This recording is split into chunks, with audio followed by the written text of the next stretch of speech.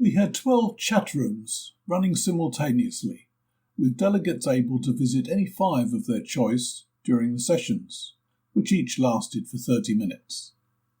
The sound quality of some of these sessions is not great, so apologies in advance. My name's Phil Trickett. This is my wife, Catriona Bate. We're leaders of the Isopogon Petrophile study group. You can see the beautiful pink isopogons on our display up there. They're all in grafted form. You won't find them available in any nurseries in that form. And this comes to the first point: doomed, unfit for cultivation. WA plants won't grow in the east. They don't like the east. So this is. So it's a positive note to start. So this is a typical New South Wales nursery, which has got a fairly generous range of WA plants, particularly Banksias, all on their own roots, grown from seed or cuttings, and unfit for cultivation. They're all doomed for failure within a year. All these beautiful WA Banksias. There's a nursery in Sydney that you might be able to get a dozen or 14 different species. I look at them and I think none of you are going to be alive in 12 months. And that's a waste of money. That's how they make the money. And it's an issue because most of our species come from Western Australia. So if you take Banksias, for example, 75% of all species come from Western Australia. With our isopogons, 80% of all species come from Western Australia. All those beautiful pink ones all come from Western Australia. Petrophiles, 90% come from Western Australia, and so on. Same with grevilleas, xeromophilus. And they're being presented to us on their own roots, doomed to fail in our condition. And just as an indication of how big an issue it is, in our garden just south of here, so people from Western Australia, South Australia, Victoria sometimes don't understand the different climatic conditions. Between January and the end of April this year, we had 1,520 mils. So, Sorry, when you say we, where are you based? We're down at Milton, just an hour south. So this brings us to what's the problem? Why WA plants, why do they perform so poorly in our conditions? And if what I say is correct, then that means that probably 80% of gardeners can't grow 80% of our plants. So the climate is like being on another planet. The west versus over on our side on this seaboard. In WA, predominantly a Mediterranean climate. Winter rain. They receive winter rain, very little rain in the summer. They have free draining, sandy and lateritic soils. And the plants there have proven to have very low resistance to Phytophthora cinnamomi. Phytophthora attacks, it's a root pathogen that attacks the roots, kills the roots and starves the plants of nutrients, and the plant quickly dies once it's infected. It's such an issue in WA. A number of species in places like Stirling Range National Park have just been decimated to the extent that some are in danger of extinction pretty quickly. So ex situ populations are being grown of some of these plants to stop them going extinct due to Phytophthora. So, in contrast, on our side of the country, summer rain, like I said, 1,520 mils we have. This is our wettest year ever. But we always get large amounts of summer rain. Heavier soils compared with the west, and those warm, wet soils are perfect for Phytophthora. They love warm, wet soil. And that's what happens to WA plants. This is a Banksia speciosa that we had growing in our garden in Canberra. Through the millennial drought, it thrived. We've got no rain right through the area. As soon as it started to rain, that's what happened to it. You see things like dropped dead very quickly. Mine's going like a sieve. Our plants, our native plants over this side of the country, however, have proven largely resistant to Phytophthora. So our isopogons, the yellow ones out there that you see are the New South Wales ones, the Banksias, Banksia serrata, spinulosa and Petrophile, all largely resistant to Phytophthora. So that means they're perfect root stocks to use for WA plants. So with grafting, what you're doing is you're replacing the roots of the plant, the weak roots of the WA plant, with the roots of the strong Petrophile resistant Isopogon. So they're losing plants in WA as well, aren't they? Yeah, is what I mentioned further over. So, we've known this problem for years, but we still go to nurseries and they try out these massive WA plants. It's okay in Victoria, South Australia to provide those plants on their own roots, but not here. But it's a very good business model because they can produce, for example, the WA Banksias, they can produce large quantities inexpensively. They're very cheap, they all grow them from seed. You can grow huge germination, very high germination rates, so they can be produced inexpensively. And it's a bit like having a fridge that lasts a year.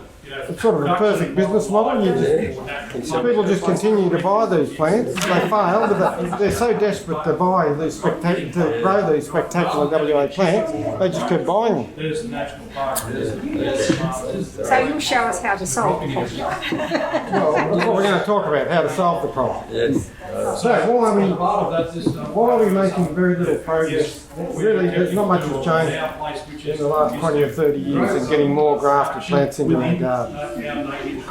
So here's three quotes from a very a master grafter, Mark Ross, who was a bit of a trailblazer in Banksia grafting, which is now one of my passions. And he said grafting is still in its early stages, and that's the case with native plants. We've really only been doing this for probably 40 years or so.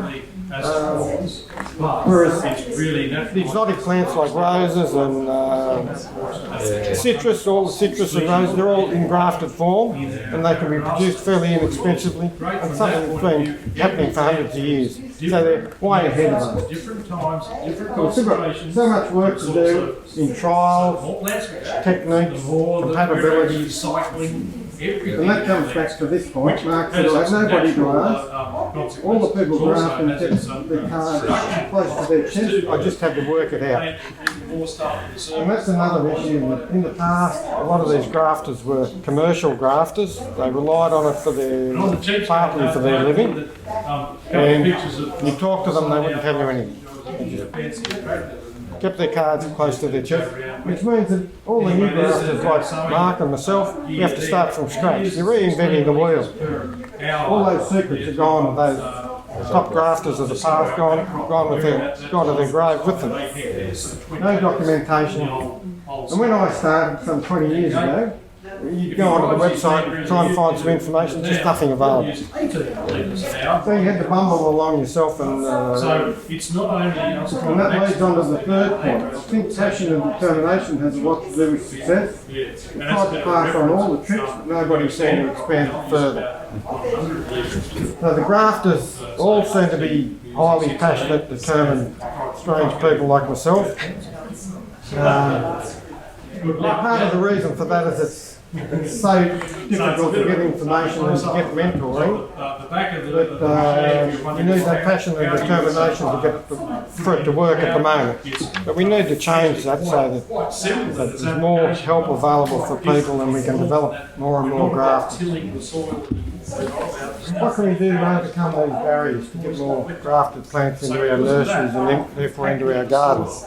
And there are no easy answers, but we've sort of been struggling with this for years really with no progress, but things are changing. And the first point I'd make is documentation of grafting methods, trials and results are very important. No more reinventing the wheel. We don't want all these secrets to go to the grave with the great grafters. And study groups have an important role to play here. Our own Isopogon Petrophile study group. We cover a lot of information on grafting trials and compatibilities, how to do it, techniques. It's all documented now and online, available online. Anyone can go in on the web and look at it. And the Aeromophila study group, same that Linville and Tom look after, same issue. The Banksia study group, same thing, we need some information on how to graft Banksias. It's very, very difficult, but it's possible. The second point is to avoid one-off teaching sessions. I think it's not a very good way to do things. Follow-up's essential, and ongoing sessions and mentoring along the way. I find that if you have these one-off sessions, people might do 5 or 6 grafts, take them home, they all fail, and they don't pursue it anymore. They just think, oh, it's too difficult, I won't do it anymore.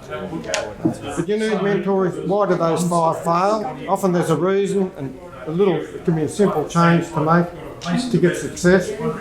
So that's a change that I think we need to make. And start with some of the easy tasks to make sure that people achieve early success.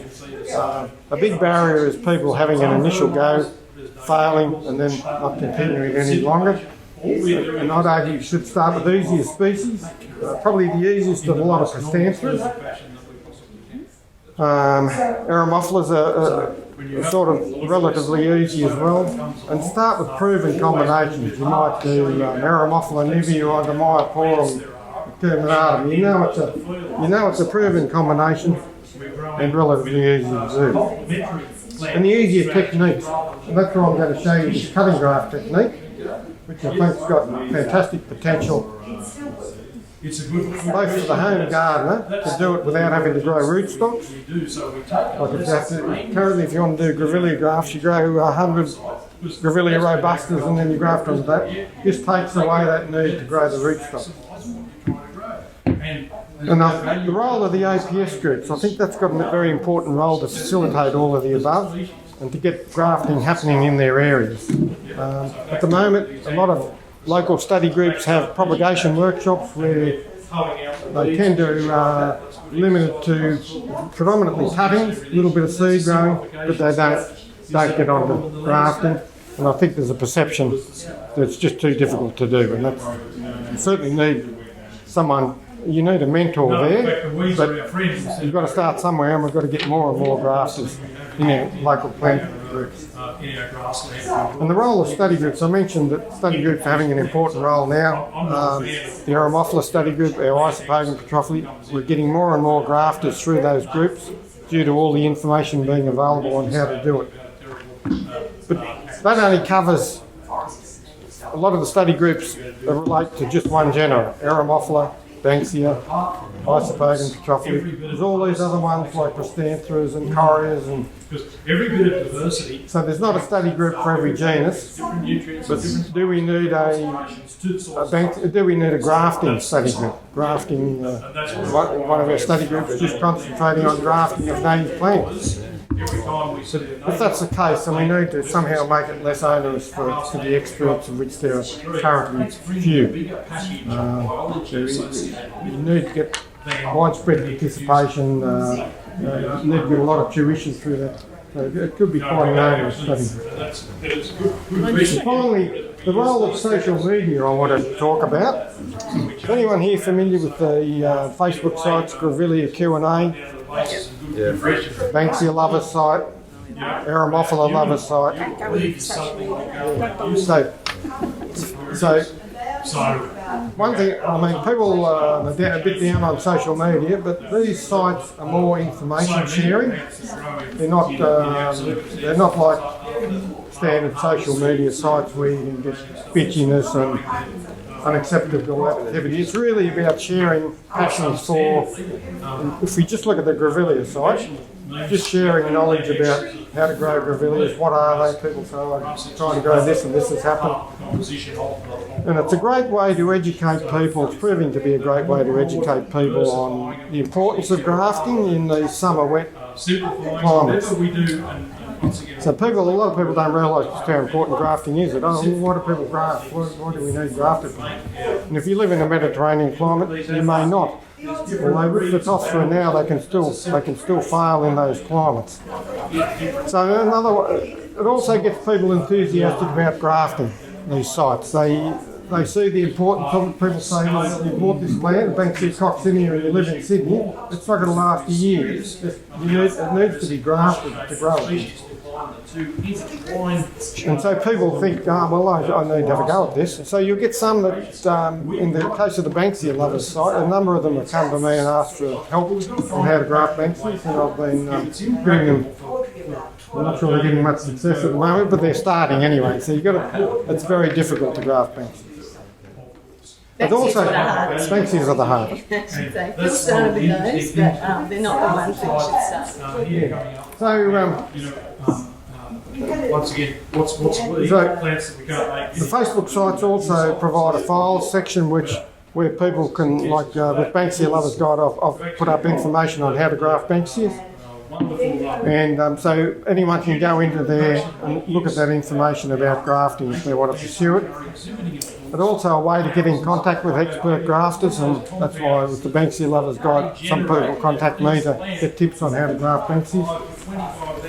And it's a place for grafters to sell native plants, to sell grafted plants. So the Grevillea Lovers site, they then set up a Grevilleas for sale site, and a lot of the top Grevilleas grafters, and there are quite a few, they can have a huge range for sale. They tend to sell their plants once a year, but they might have 20 or 30 species of Grevillea up there. They only have small numbers, they might have 2, 3, 4, 5, and then first in, best dressed. So they don't have to have huge numbers, just whatever they have left over, they put them up, and they tend to be fairly inexpensive, about $25, which you can go to a native nursery, you might pay $60 or $70 for the same plant. So those Facebook sites are very good. And people are down on social media, but these are a bit different. They're really information sharing, and you get genuine. It's a way to bring all these lovers of native plants together and to educate them, and it's very successful. All right, so I'll leave it there now. I just want to demonstrate this. Before opening up the discussion, this cutting graft technique that I think has got great potential for the home gardener and commercial. And beginners, basically. And beginners, it's quite easy to do. And what I've got here, so you need spot plants in the top, the WA wheat plant with the wheat roots that you want to grow over this side of the country. This is Isopogon cuneatus. You see them out there, the beautiful pink one in our display up there. It's got to be grafted over this side of the country.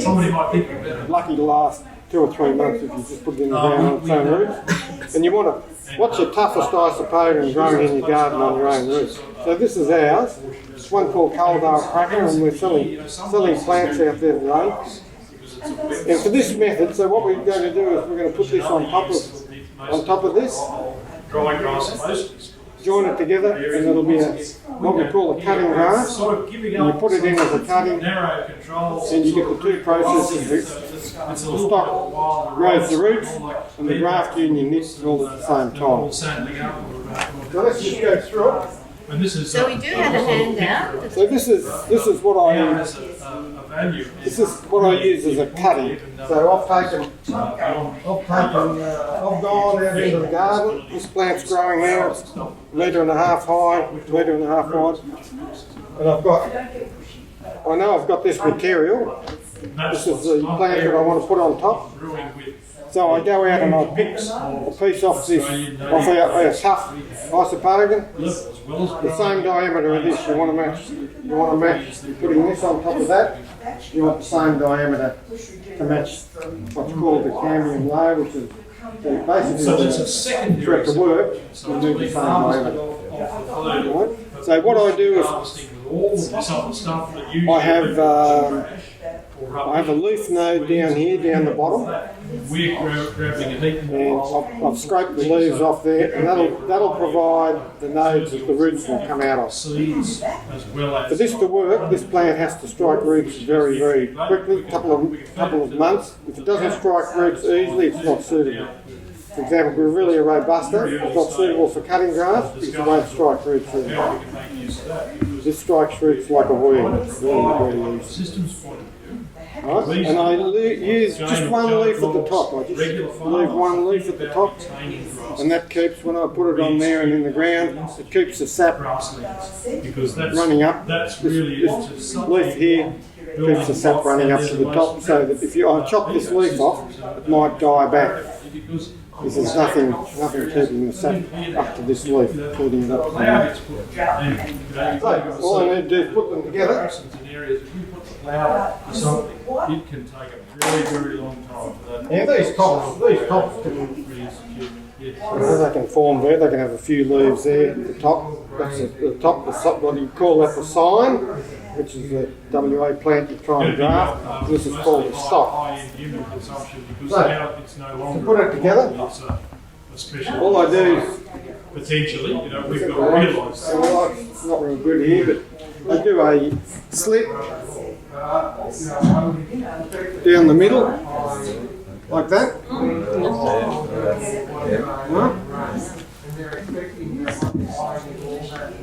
And the WA plant will just create a wedge. Correct, yeah. On both sides? Both sides, so you can One of the ones I'm not sure where it's up to, but you'll see a secondary. see the wedge on the side?